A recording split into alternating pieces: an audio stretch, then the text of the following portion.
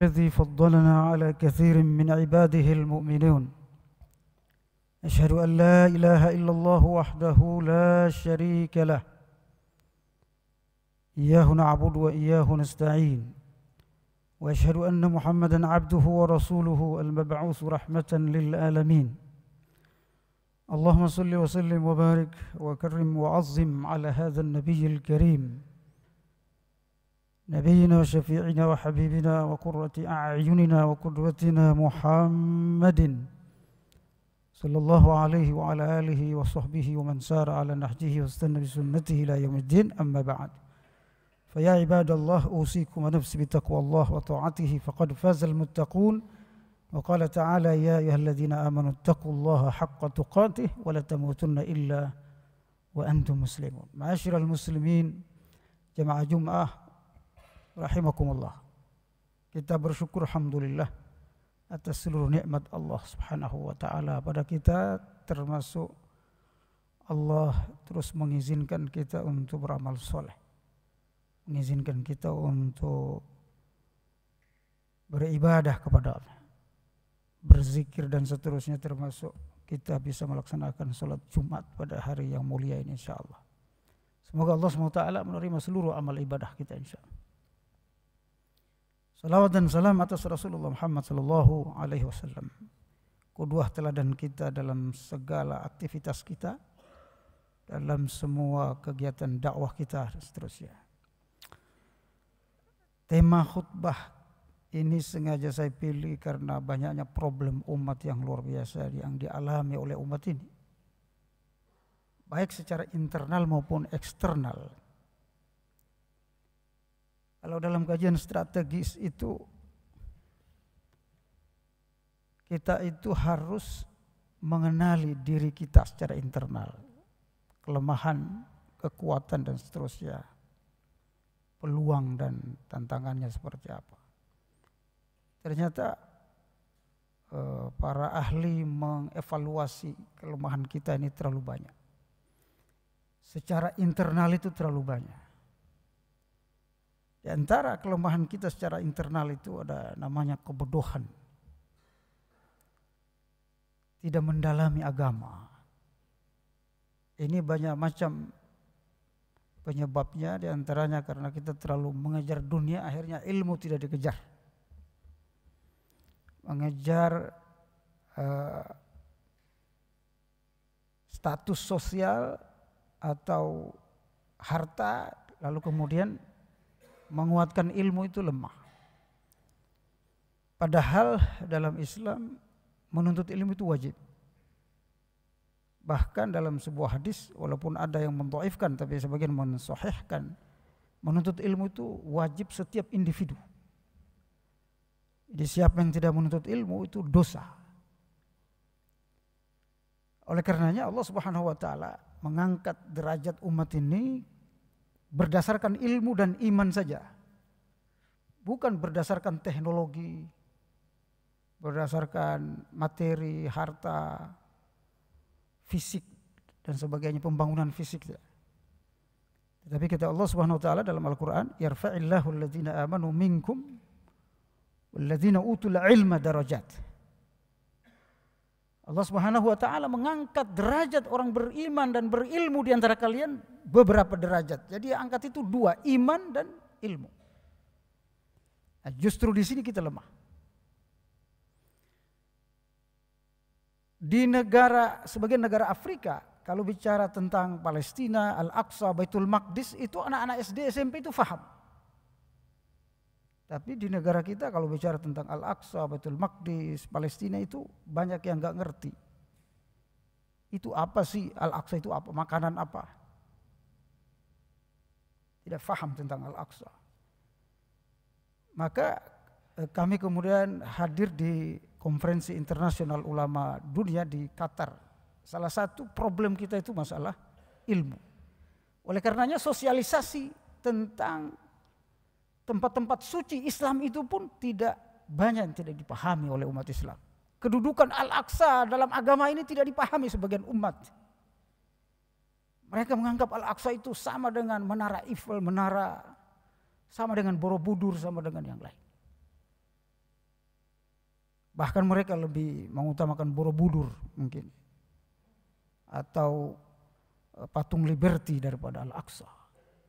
Kenapa? Karena lemahnya ilmu tentang Al-Aqsa, tentang kiblat pertama, tempat Isra Mi'raj dan seterusnya. Hal-hal ini lemah dalam tubuh umat Islam, sehingga mengakibatkan kelemahan secara keseluruhan.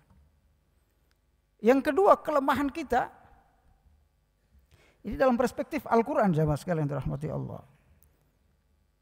Kelemahan internal adalah kelemahan juga dalam berusaha, bisnis. Profesionalisme dalam mencari rizki ini juga lemah kita. Bahkan banyak orang memanfaatkan pekerjaan mengemis untuk meningkatkan ekonomi.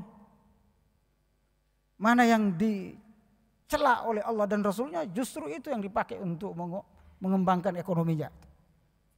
Al-yadul ula khairu min yadis sufla. Tangan di atas lebih baik tangan meminta. Artinya memberi, berinfak itu lebih baik daripada menerima infak, sedekah dan seterusnya. Kata Allah Subhanahu wa taala, "Idza qadaytumus salata fantashiru fil ard wabtagu min fadlillah." Kalau kalian sudah selesai sholat, langsung lakukan bisnis. Wabtagu min fadlillah, fadlillah sini mencari rizki maksudnya. Jadi jangan terlalu lama-lama duduk di masjid berzikir lama-lama sampai sore dan seterusnya, tetapi langsung setelah lakukan sholat berbisnis. Kuasai ilmu ekonomi, ini kelemahan kita secara internal. Yang ketiga, kita secara internal kita lemah bersaudara. Kerja kolektifnya lemah. Umat ini jamaah Jumat rahimakumullah lebih banyak bertengkar daripada bersatu. Lebih banyak saling menyalahkan daripada saling menguatkan. Lebih banyak membahas masalah ikhtilaf daripada persatuan. Padahal ikhtilaf, perbedaan pendapat, perbedaan agama, perbedaan mazhab itu sudah ada dalam Al-Quran. Kata Allah Subhanahu wa taala, "Lau sya'allahu laja'alakum ummatan wahidah. Walakin ikhtalafu." Kalau Allah menghendaki, Allah bisa menjadikan kamu jadi umat yang satu. Ahlu sunnah wal jamaah aja semuanya. Tidak ada Syiah, tidak ada Mu'tazilah, tidak ada Jabariyah. Allah berkehendak, Allah mampu. Allah berkuasa untuk menyatukan umat ini. Tidak ada Nasrani, tidak ada Majusi, Yahudi dan seterusnya. Allah mampu. Tetapi dalam ayat yang lain, kenapa Allah membuat kalian berbeda? Liyabluwakum fima atakum, kata Allah. Allah menjelaskan agar supaya menguji kalian terhadap apa fasilitas yang sudah diberikan kepada kalian itu, iman, ilmu dan seterusnya. Diuji agar supaya kalian bersatu, tidak berbeda pendapat terus. Perbedaan pendapat jamaah Jumat rahimakumullah itu diakomodir dalam agama Islam selama perbedaan pendapat itu memiliki dalil masing-masing. Dalam usul fiqh disebut al-ikhtilaf at-tanawwu', perbedaan pendapat yang melahirkan pandangan-pandangan variatif dalam melakukan agama, melakukan ibadah. Seperti kunut tidak kunut, 8 rakaat, 11 rakaat, 23 rakaat, itu tanawwu', perbedaan yang bersifat variatif, di mana Allah Subhanahu wa taala ingin meringankan beban kita sebagai umat melaksanakan ibadah itu. Kalau dia sulit waktunya, dia bisa 11 dan seterusnya. Itu namanya ikhtilaf tanawwu'. Ini yang diakomodir dalam Islam. Tetapi perbedaan yang melahirkan pertengkaran, ini yang dicela dalam Islam. Melahirkan perpecahan dalam Islam, itu yang dicela oleh Allah dan Rasulnya. Kata Rasulullah SAW, hendaknya kalian menjauhi perdebatan, jidal, al-mira. Wa in kunta muhiqqan, walaupun kamu benar, walaupun dalilmu kuat, walaupun posisi kamu kuat, dalilnya hadis ini dan seterusnya, tetapi orang lain punya dalil yang dia anggap sahih, biarin. Selama mereka punya dalil. Jamaah Jumat rahimakumullah, lebih parah lagi, perbedaan pendapat ini dianggap sebuah perbedaan pendapat yang tanawwu' tadi, yang masing-masing punya dalil, ini dianggap musuh. Ini berbahaya. Oleh karenanya kelemahan secara internal kita Jemaah Jumat rahimakumullah. Yang keempat adalah lemahnya persaudaraan. Lemahnya ukhuwah Islamiyah. Kenapa? Ukurannya bagaimana tuh lemahnya ukhuwah Islamiyah? Coba kita mengukur itu sesuatu, membandingkan sesuatu dengan yang lain. Kalau kita bandingkan Israel, jemaah Jumat, hampir 80% kekuatan militer Eropa dan Amerika itu membantu Israel. 80% kawan. Makanya seorang ahli dari Pentagon mengatakan bom yang dijatuhkan oleh Israel yang berasal dari Eropa, Amerika itu lebih besar daripada Nagasaki dan Hiroshima. Ini orang Amerika sendiri. Dia tahu data-data itu. Mestinya ketika bom itu kalau meledak semuanya, jangankan manusia, rumput-rumput pun gak ada yang hidup di Gaza itu. Tapi ternyata diteliti hampir 50% lebih bom itu tidak meledak. Kenapa tidak meledak? Itu mungkin dari bagian dari doa-doa kita. Mendoakan keselamatan bagi mereka. Mestinya sudah habis tuh Gaza. Karena 360 km persegi. Dengan juta-juta manusia. Jemaah rahimakumullah. Pelajaran yang bisa kita ambil, kenapa 80% senjata mereka membantu Israel? Berarti persaudaraannya kuat. Berarti pertemanan antara Israel dan negara-negara itu kuat. Tidak semuanya diikat oleh materi. Mereka diikat oleh ideologi. Saya pernah ke Jerman, Bapak Ibu sekalian. Saya lihat beberapa masjid, beberapa gereja maksud saya. Antara salib dengan bintang David itu bergandengan. Jadi bagaimana nih agama bisa bersaudara? Tuhannya beda, nabinya beda, kitabnya beda. Tapi mereka bisa merajut persaudaraan di Eropa. Bagaimana dengan kita? Beda suku saja, Arab, bahkan sama-sama Arab. Kita kemudian berpecah belah. Padahal Allah Subhanahu wa taala mengatakan dalam surah Al-Anfal, ya ayyuhalladzina amanu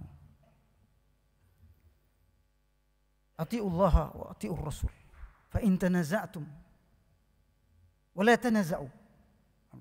tanaza'u fatafshalu wa tazhaba rihukum. Wahai orang beriman, taatlah kepada Allah, taat kepada Rasul. Jangan kalian selalu berpolemik, selalu berdebat, selalu salah paham antara satu dengan lain. Selalu beda pendapat walaupun dalilnya sama. Tanaza' namanya. Saling berbantah-bantahan bahasa kita. Wala tanaza'u. Kalau kalian saling berbantah-bantahan kata Allah, fatafshalu. Kalian akan gagal dalam semua hal. Gagal dalam pendidikan, gagal dalam politik, gagal dalam ekonomi, gagal dalam hukum, gagal dalam segala-galanya. Fatafshalu. Kalau kalian sudah gagal dalam kehidupan sosial ini, kata Allah, ini Al-Quran coba sekalian. Fatafshalu wa tazhaba rihukum. Kalau sudah kalian gagal dalam hal-hal ini, maka kalian akan kehilangan kekuatan dan kemuliaan di mata orang lain. Inilah yang kita alami sekarang. Problem ini. Ini masih problem internal, eksternal belum. Tapi saya melihat dalam Al-Quran, rata-rata problem eksternal kita itu disebabkan oleh problem internal kita. Kenapa negara ini dikuasai oleh ekonominya, umat Islam itu dikuasai ekonominya oleh orang lain? Karena kita tidak punya ilmu, lemah dalam bisnis, lemah dalam ilmu, lemah dalam persatuan. Kenapa kita menjadi lemah di hadapan orang lain? Karena persatuan kita lemah. Jadi secara internal kita lemah. Belum masalah internal yang lain, masalah kemusyrikan jemaah sekalian.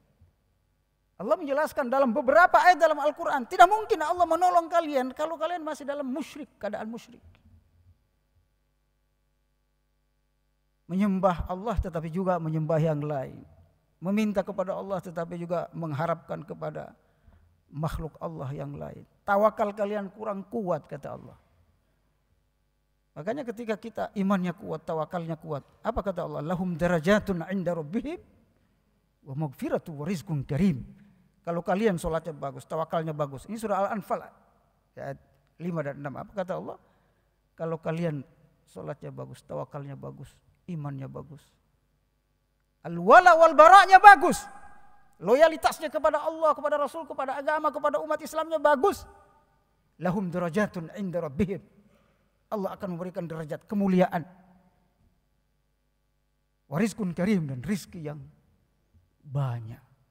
Jemaah sekali dirahmati Allah, Amerika baru 100 tahun menguasai dunia ini. Eropa kurang lebih 200 tahun. Umat Islam 1200 tahun menguasai dunia. 1200 tahun menguasai dunia. Kalau pernah menguasai, masa enggak mungkin balik kembali kejayaan. Oleh karenanya jemaah rahimakumullah, terlalu banyak ayatnya yang memberikan at-tabsyir, al-mubasysyirat, kabar-kabar gembira kepada kita bahwa umat ini yang berhak memimpin dunia ini, karena peradaban yang lain sudah gagal, peradaban materialisme gagal. Peradaban yang bahkan ada ulama mengatakan sekarang ini bukan peradaban, tapi gaya hidup. Kalau peradaban itu membangun manusia, membangun dunia dengan nilai-nilai akhlak dan agama, tapi kalau sekarang enggak. Semua dibangun atas materialisme. Ini bukan peradaban tetapi gaya hidup. Oleh karenanya jemaah rahimakumullah, kita harus membangun umat ini, membangun peradaban Islam. Kenapa? Bukan untuk gagah-gagahan, tetapi untuk menjaga kemanusiaan, menjaga umat Islam, menjaga dunia ini tidak dirusak. Karena kalau Yahudi yang menguasai dunia, yufsiduna fil ardi bighairil haqq, mereka melakukan kerusakan di atas bumi. Jemaah, membunuh manusia coba, seperti membunuh nyamuk. Bahkan kita lebih kesian membunuh hewan. Bagaimana mereka membunuh manusia setiap hari, dan mereka merasa pahlawan dalam membunuh umat Islam. Semoga Allah SWT menjadikan kita umat yang tahu introspeksi diri, lalu memperbaiki kelemahan ini menjadi kekuatan, insyaallah. Amin ya rabbal alamin. Aqulu qouli hadza astaghfirullah li wa lakum lisairil muslimina wal muslimat wal mu'minina wal mu'minat fastaghfiruh innahu huwal ghafurur rahim.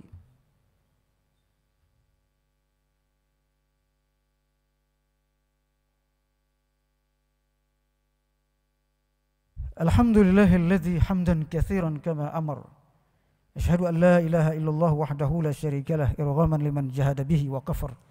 Asyhadu anna Muhammadan abduhu wa rasuluhu al-mab'utsu rahmatan lil alamin basyiran wa nadhira. Allahumma shalli wa sallim ala sayyidina Muhammadin wa ala alihi wa sahbihi ajma'in. Amma ba'du, fa ya ibadallah usikum wa nafsi bi taqwallah wa ta'atihi faqad fazal muttaqun. Jamaah rahimakumullah, di khutbah terakhir ini saya ingin memberikan satu solusi, satu saja, karena waktunya tidak cukup. Apa yang harus kita perbaiki? Perbaiki hati kita dan hati keluarga kita.